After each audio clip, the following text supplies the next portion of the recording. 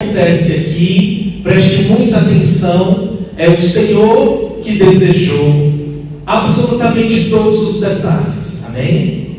Então preste atenção, juventude e os velhos também, porque se você está aqui hoje, é porque Ele quis você aqui, e a mim também. E é interessante porque quando a gente é chamado a pregar, o puxão de orelha é primeiro na nossa orelha, profeta, está entendendo? Que a orelha mais próxima da boca é a minha. Então, eu também tenho que puxar minha orelha e dizer assim: Daniel, presta atenção. Presta atenção nisso, Daniel, que o Senhor tem para te falar e falar para esse povo. Ninguém está aqui por acaso. Vocês entenderam isso? A Dayara falou assim, algo que vai confirmar demais essa pregação. Você está aqui para se salvar, para a sua salvação, mas para a salvação dos teus familiares. Você crê nisso? Você crê que o Senhor te chamou e te escolheu pelo nome? Você crê que o Senhor te elegeu e falou: eu preciso de você? Amado, a gente precisa se sentir privilegiado, porque Deus chamou a gente pelo nome. É uma responsabilidade grande, não é trivial, o profeta Santo sabe disso, mas foi assim. Ele chamou a cada um de nós a estarmos aqui. Bom, e a quem não me conhece, eu não vou me delongar muito. Eu sou o Daniel, estou coordenando esse grupo de oração, sirvo na renovação carismática há 8 anos. É pouco tempo, perto de alguns, mas eu tenho tentado seguir e servir com o coração aberto. Então o Senhor tem realizado muitas coisas na minha vida. Muitas coisas na minha vida. A maior parte delas são coisas na intimidade do coração. Muitas vezes a gente vê testemunhos de pessoas que são convertidas, são batizadas, e aí elas deixam os pecados que são públicos, né? Sei lá, prostituição, drogas, é aquele trem mais público assim, né? No meu caso, eu sempre tentei agir certinho. Então, é mais aquela questão da ansiedade, das palavras ruins, aquela coisa que é mais dentro, entende, do coração. Mas não é por isso que o Senhor não tem feito maravilhas na minha vida. Então, vamos lá. Hoje a palavra do Senhor, ela vai falar com a gente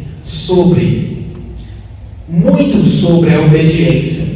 Ele vai dizer assim no tema: eu quero salvar o meu povo.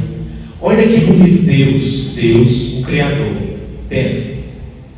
Ele diz: eu quero salvar o meu povo. É interessante porque se a gente olha o povo eleito originalmente, eram os judeus, era o povo ali de Israel. Então, nós não éramos eleitos, por assim dizer, né? Mas é interessante porque vai ter uma passagem que vai dizer assim: o rei quis fazer um banquete e chamou para o banquete aqueles que foram eleitos. Não apareceu nenhum, estava todo mundo ocupado. Aí ele falou: então tá bom, abra as portas do reino para que os demais possam vir. E aí todo mundo tinha manto, tinha coxo, tinha as categorias, tudo estava lá. A gente entra mais ou menos nessas categorias assim, sabe, profeta? Dos mantos, sabe assim? É a gente mesmo, mas mesmo assim se sinta querido, porque o Senhor nos chamou. E aí a gente falava: eu quero salvar o meu povo. E tem 2 meses, Dayara, que ele vem falando sobre basicamente isso. Tem 2 meses, eu fui fazer esse levantamento hoje. Ele vem falando: aviva o meu coração cansado de esperar, amar a Deus sobre todas as coisas, revestivos de caridade, que é o vínculo da perfeição. Eu te levantarei e restituirei tuas forças. A minha esperança é o Senhor. Coragem, meu espírito habitará convosco, fortalecendo o Senhor pelo seu amor, lado a lado com Jesus. A síntese dessas pregações, tem 2 meses que ele vem falando de avivamento e conversão. 2 meses que ele vem pelejando com a gente. Olha, eu como coordenador do grupo de oração, eu fiquei assim, eu digo: Senhor, tem 2 meses que tu vem suscitando avivamento e conversão, e parece que a gente não está obedecendo, é isso mesmo, porque hoje o Senhor vem falar Eu quero salvar o meu povo. Parece que é um puxão de orelha muito forte, que a gente não está prestando atenção no que o Senhor está falando. Amado, até quando o Senhor vai ficar puxando nossa orelha? Está parecendo os profetas no Antigo Testamento, Jeremias, Isaías, que eles começam já fazendo exortações. Ei, se converte. Ei, para de pecar. Ei, ajusta a tua vida. Ei, levanta a tua face, olha para o Senhor. Está igualzinho para a gente. Ele vem dizer, Daniel, levanta a tua face, para de olhar para os desvios de atenção. Olha para mim.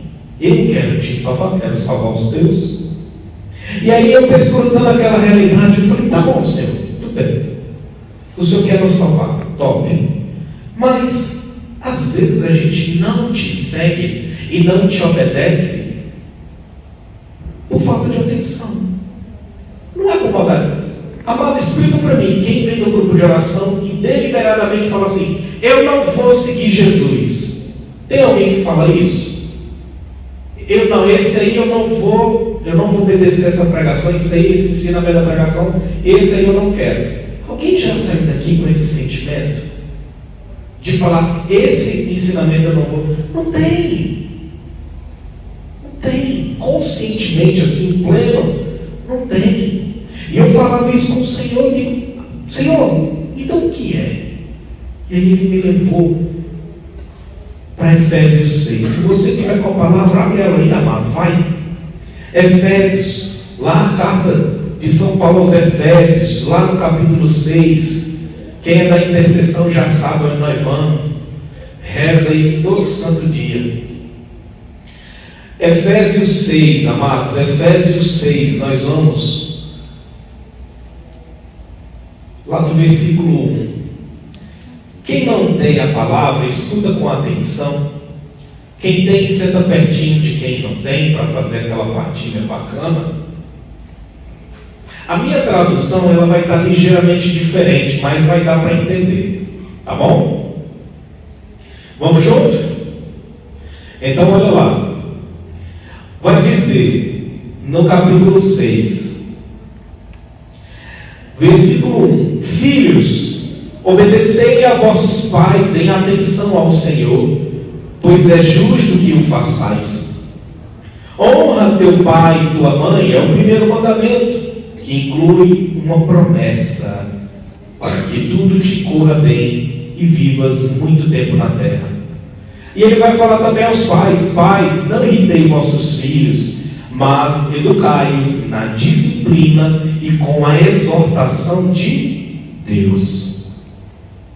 Escravos, e aqui eu vou fazer um parêntese para quem já é servo de caminhada: obedecei a vossos senhores corporais, escrupulosa e sinceramente, como a Cristo, não por servilismo ou para adular, mas como servos de Cristo que cumprem com toda a alma a vontade de Deus.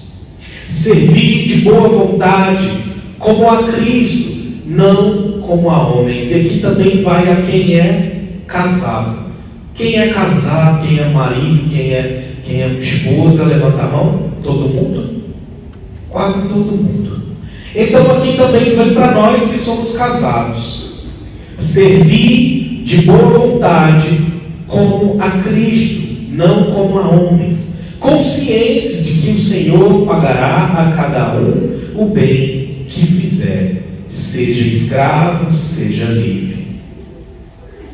E é interessante que aqui o Senhor vai falar da obediência. E é interessante que no versículo 1 ele vai falar que quando nós somos obedientes, há uma promessa vinculada à obediência. No caso concreto, a obediência vai gerar a salvação. Repete isso comigo: a obediência vai gerar a salvação. Vamos juntos? A obediência vai gerar a salvação. A Dayara falou assim: Uai, mas o sacrifício de Cristo já me salvou. Então todo mundo é um protestante, né? Pega essa.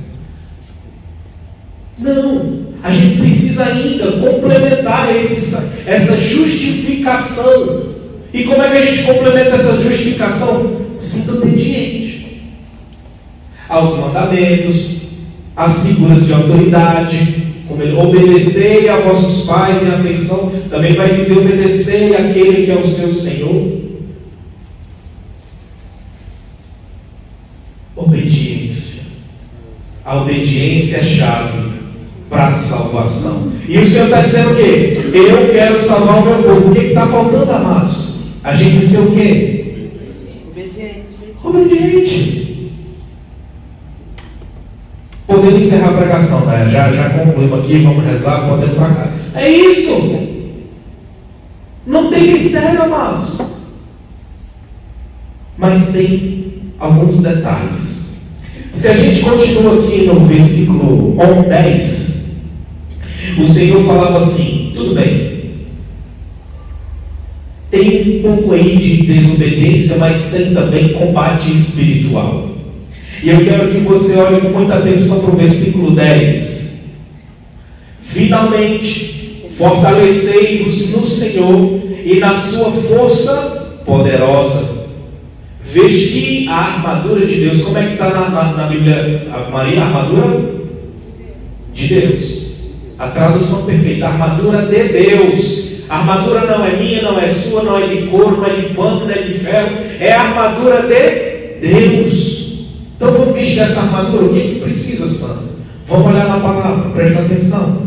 Vestir a armadura de Deus para poderes resistir aos estratagemas do diabo. Aí vai estar de outra maneira, mas significa a mesma coisa. Então a gente se reveste da armadura de Deus para resistir às tentações. Então muitas vezes sim, a gente desobedece, amados, os mandamentos de Deus, a gente é teimoso, mas às vezes não é por consciência plena. Muitas vezes é tentação mesmo. É impulso, é mania, né? E às vezes é combate espiritual, né?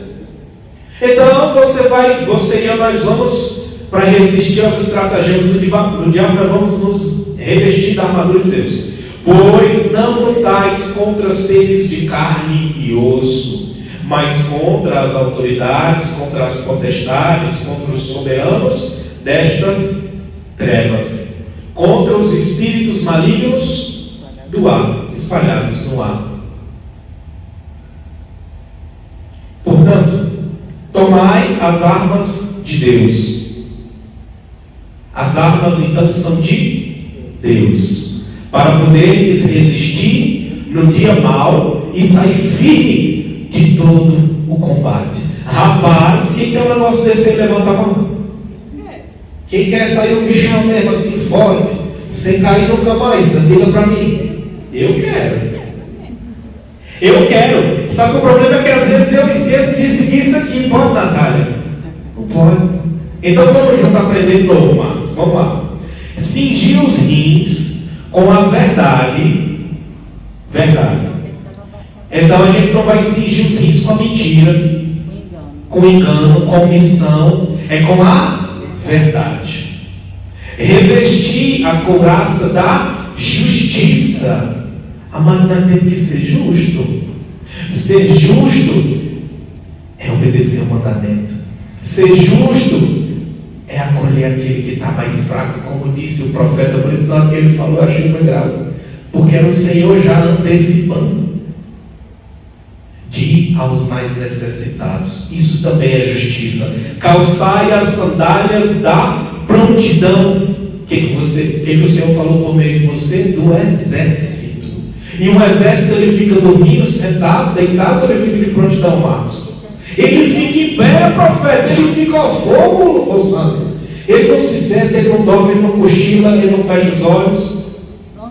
Ele fica pronto para o combate. Servo de Deus. A gente tem que estar de prontidão. Para quê? Para pecar? Não. A gente tem que estar de prontidão para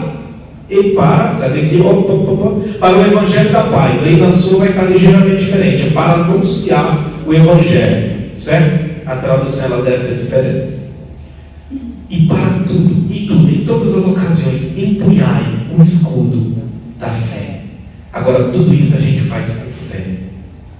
A gente tem fé, por isso a gente fica de prontidão. A gente tem fé, por isso que a gente trabalha na verdade com a verdade. A gente tem fé, e é por isso que a gente vai ser justo, porque a gente sabe que se a gente não for justo, na menor negociação comercial que seja, se a gente for injusto, rapaz, o nosso Senhor está vendo todas as coisas. Mas não terminou.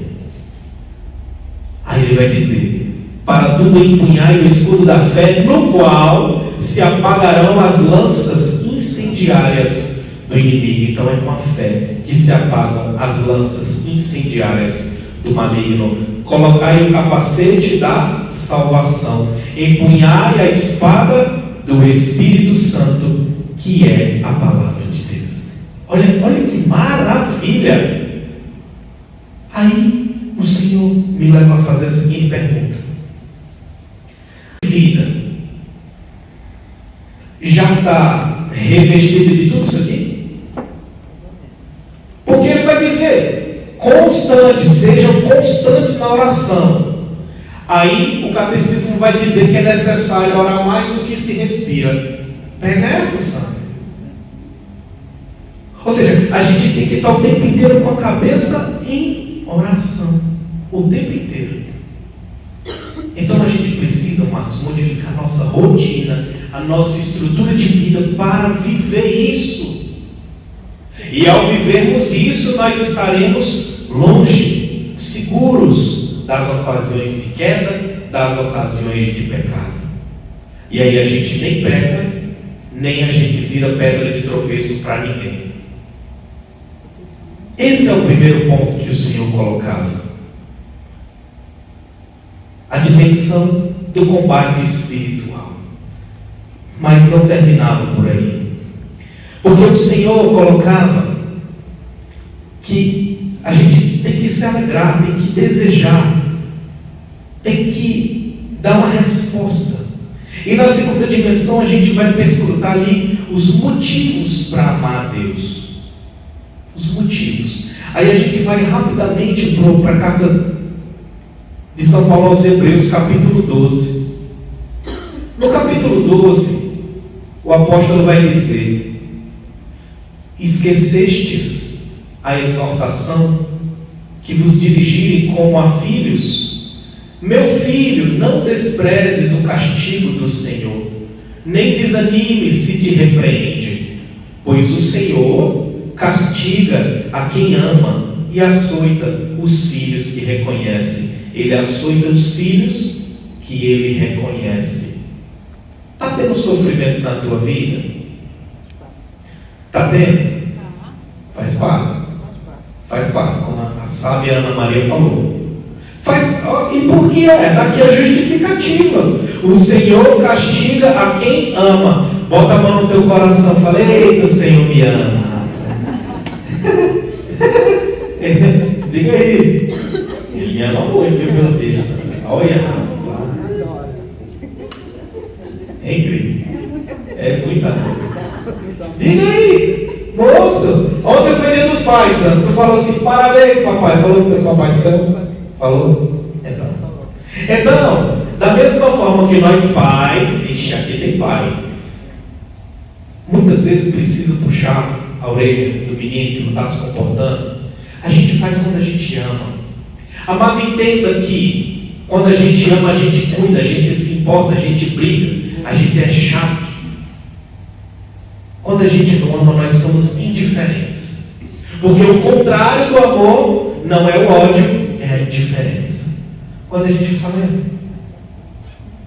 deixa para lá, nós estamos sendo indiferentes. E a indiferença é a falta de amor. Mas Deus te ama, porque Ele permite, entenda, não é que Ele deseja a tribulação na tua vida e na minha vida, mas é que muitas vezes nós somos tão teimosos, Marco, tão teimosos, profeta, que Ele precisa permitir que a gente caia para levantar, para ver se a gente aprende. Porque muitas vezes, se não é tribulação, a gente não aprende. Se não é tribulação, a gente não está aqui. Se não é tribulação, a gente não persevera no Senhor. Se não é a dor, a gente sai, a gente foge. Eu falo por mim. E é duro dizer isso, Ana Maria. Porque muitas vezes eu queria me livrar da dor, eu queria falar, Senhor, eu queria essa dor não. Porque a minha dor é na dimensão familiar, que para mim é mais cara, é na família, cara. É nos filhos. Deus sabe o quanto eu amo meus filhos. E Ele permite a dor justamente nessa dimensão, porque Ele sabe que se não fosse nesse segmento, eu não estaria aqui hoje. Digo, eu não estaria. Eu tenho que ser honesto.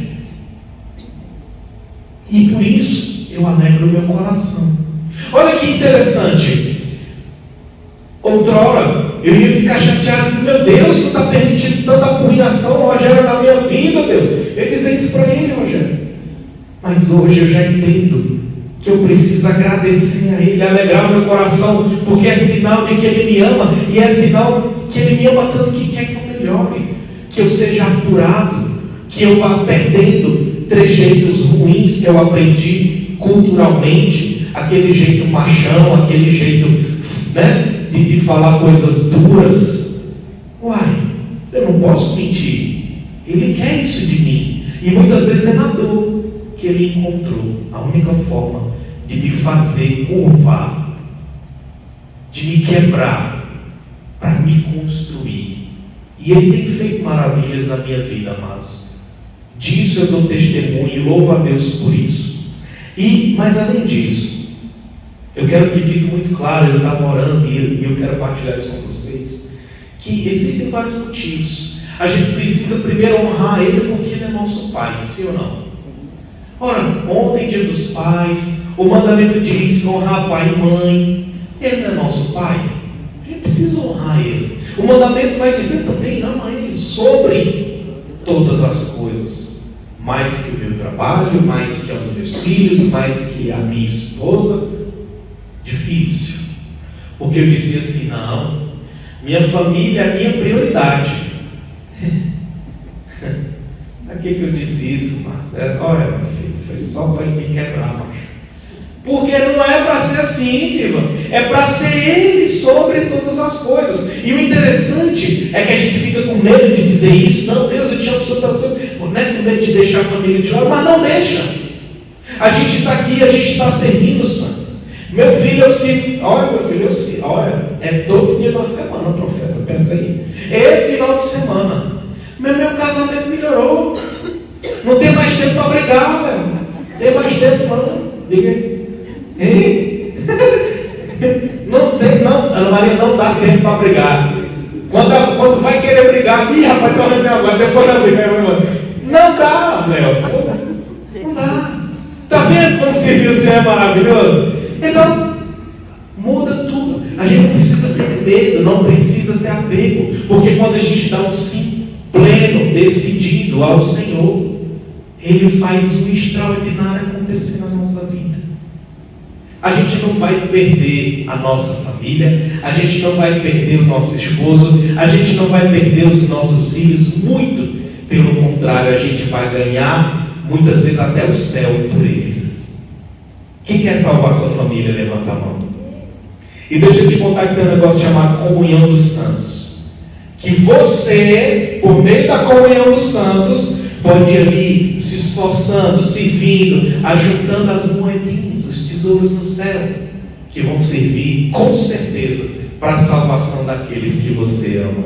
Então, meu irmão, minha irmã, é atrás de Jesus que nós temos que ir, viu? É bem no caminho dele, viu? Não é fora, não. É nele. Se a gente ama muito a nossa família, a gente precisa estar com Ele, porque aí sim eles serão salvos. E aí, a gente tem que estar com Ele, porque sim, a gente está honrando a Ele, porque o nosso dever como cristão é a busca da santidade.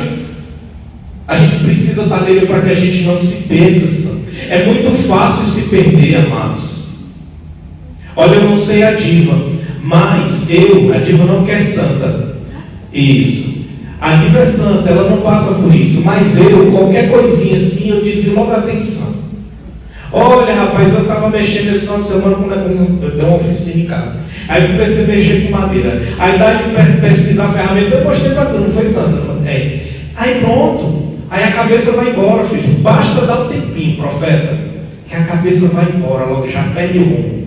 Já perde o rumo. Então a gente precisa permanecer do Senhor para a cabeça. Não dá muita trela para a cabeça, senão a cabeça vai embora.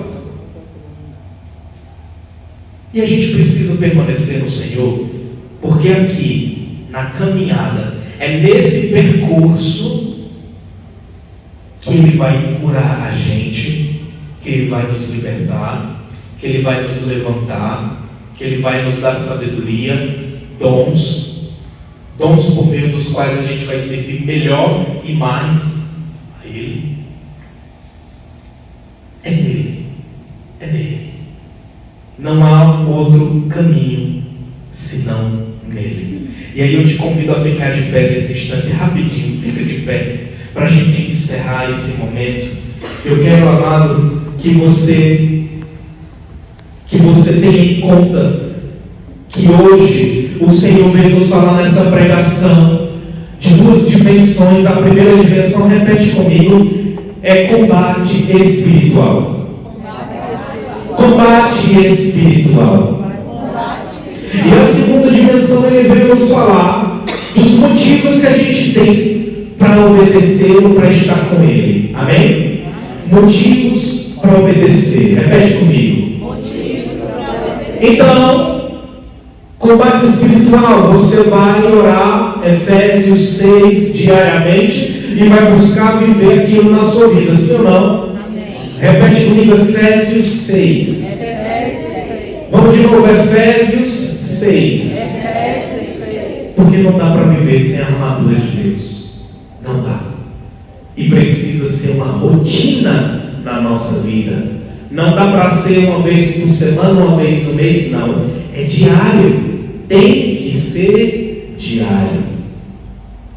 E a gente sempre precisa se lembrar do porquê que a gente está servindo a Deus, do porquê que a gente está buscando a Deus. E eu te convido a fechar os teus olhos nesse instante. Por que você está aqui nessa noite? O que te traz aqui nessa noite?